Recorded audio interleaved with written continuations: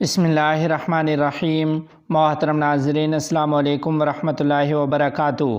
چین سے پہلی مرتبہ مال بردار ٹرین افغانستان روانہ۔ تفصیلات کے مطابق چین میں افغانستان کے سفیر مولوی بلال کریمی نے آج چین کے صوبہ جیانگ سو کے شہر ناٹونگ میں چین کی حکومت کے خصوصی نمائندے ژو شوبائیونگ اور دیگر چینی حکام کی موجودگی میں افغانستان اور چین کے درمیان مال بردار ٹرین کا افتتاح کیا۔ یہ ٹرین برقی آلات، کارگو اور دیگر سامان سے لدے 50 کنٹینرز لے کر افغانستان روانہ ہو گئی ہے، جو 20 دنوں میں ناٹونگ شہر سے ہرات کے حیرتان پورٹ پہنچے گی۔ ٹرین کے ذریعے یہ اقتصادی رابطہ چینی حکومت کے ساتھ one belt and one road منصوبے کا حصہ ہے، جو دونوں ممالک کے درمیان دو طرفہ اقتصادی تعاون کو مضبوط کرے گا۔ افغانستان کے پاس چین کو برآمد کرنے کے لیے بڑی مقدار میں اشیاء موجود ہیں۔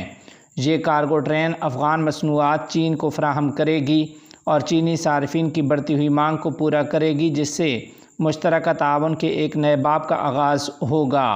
اس ٹرین کے افتتاح سے افغان تاجر اپنا سامان چین کی منڈیوں کو ایکسپورٹ کر سکیں گے اور چینی مصنوعات افغانستان کو آسان اور سستے داموں درآمد کر سکیں گے۔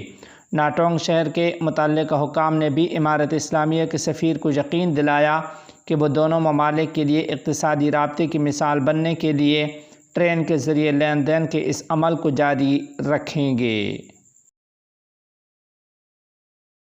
افغان حکام کی طرف منسوب ایک جھوٹی خبر کی تردید۔ تفصیلات کے مطابق گزشتہ روز سے یہ خبر گردش کر رہی ہے کہ افغان حکام نے افغانستان میں ٹی وی چینلز پر پابندی عائد کر دی ہے۔ اس سلسلے میں آج جب ہم نے افغانستان کے ذمہ داران سے رابطہ کیا تو ان کی طرف سے موصول ہونے والا جواب درج ذیل تھا کہ امیر المؤمنین کی جانب سے ایسا کوئی فرمان جاری نہیں ہوا۔ وزارت امر بالمعروف کی جانب سے ایک فرمان میں غیر ضروری تصاویر کو منکرات میں شمار کیا گیا تھا، جس کے بعد میڈیا نے شرارتاً اسے میڈیا پر پابندی قرار دے کر احتجاجاً ریڈیائی نشریات شروع کر دی ہیں۔ یاد رہے کہ میڈیا پر ریڈیائی نشریات کا کوئی باضابطہ حکم جاری نہیں ہوا۔